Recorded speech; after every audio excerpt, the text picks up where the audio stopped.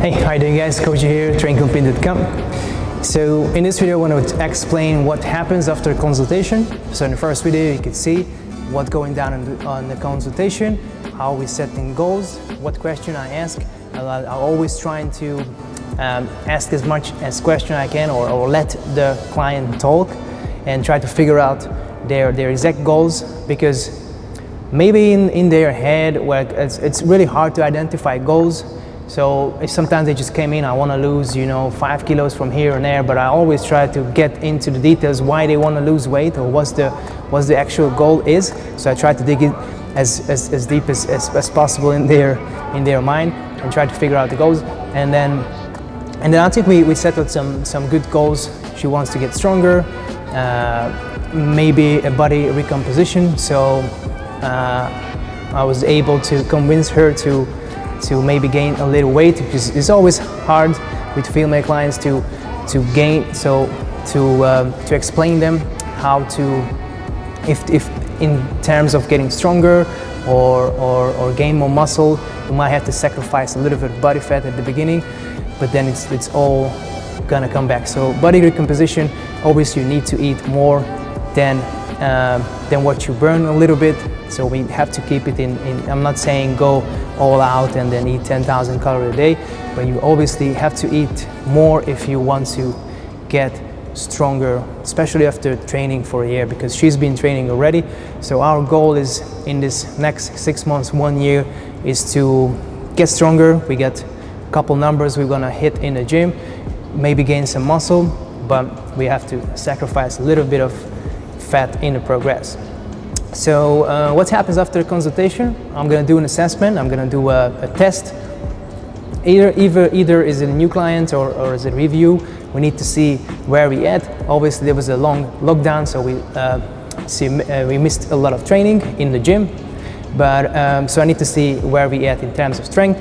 So in the next session in the gym, I would do an assessment, flexibility, mobility, and strength. See where we at the moment. And then once I get those numbers, I'm gonna create the plan, and then that's what you're gonna see in the next video. So we did the test in the gym, we did the assessment, we went through my mobility, flexibility drill, and then we start testing the 1 repetition maximum or close to that, so I know what is the deadlift, the bench, the upper body strength, the lower body strength, the full body, what's the maximum power she can produce. And then that's gonna be our starting point, and then we obviously retest every couple of months if we're progressing or not, and then I create a progressive plan. So in the next video you will see the first workout session is gonna be probably a lower body, and then that's what we're gonna work on based on the numbers what we get from the assessment. I created the plan. So her plan is gonna be a 4-day plan, upper lower, break, upper lower, so 4 times training in the gym. Our main goal is lower body strength and muscle gain mainly. We're obviously gonna maintain or build a little bit of upper back, but her body composition she's really lean on top.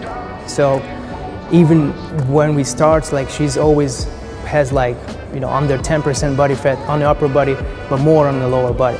So she's already, the leaner you are, the more muscle is visible. So we don't want to build much more muscle on the upper body, because it's not what she's looking for, to be really muscular on the upper body. So she's obviously, her muscles are very visible on the arms, the back, and in the abs area. So we're gonna focus more on the lower body. So I don't really care if she missed the second upper body session. So it's something she can sacrifice if she cannot make it in the gym on the 4th time. But I always wanna see 2 lower body and 1 upper body at the moment. This is kind of like a transitioning period. There was this first couple weeks back in the gym. So we try to increase the weights back where it was before. We're pretty close, because she's been training in the lockdown, so it's not that crazy. But in these 3-4 weeks, we're gonna focus on increasing the numbers every week, and that's gonna be a goal. This is a wave plan, so every week is gonna be a little bit more difficult, a little bit more intense, and then on the 4th week, she can take a break. We try to time it on her period cycle, because she feels weak on that week, or so she can even take a whole week off, or she can do just lighter weight. We call it deload. So we're gonna do a 3-wave, getting harder and easier and harder and harder, and then the 4th week we either drop the weight, we do something just more like conditioning or lighter workouts, or she can just skip that week and then we start a new 3-way week. So our goal is to go up in 3 weeks, drop a little bit, and then go up on the 3rd week again, but we're not gonna start in the same place when the 1st week was, so we're gonna start with the weights will be gained during those 3 weeks. So this is our plan. Obviously everyone is different.